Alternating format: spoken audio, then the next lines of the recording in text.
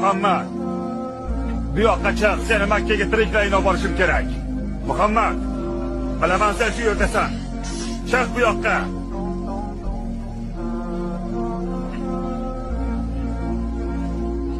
Bu yerda emas ekan.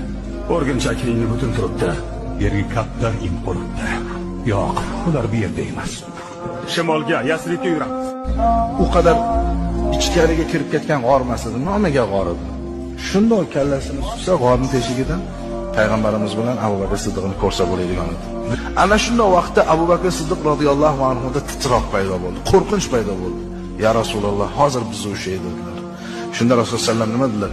La tahzan, innalloha ma'ana. Ey do'stim, qo'rqmagin, Alloh biz bilan birgadir dedi.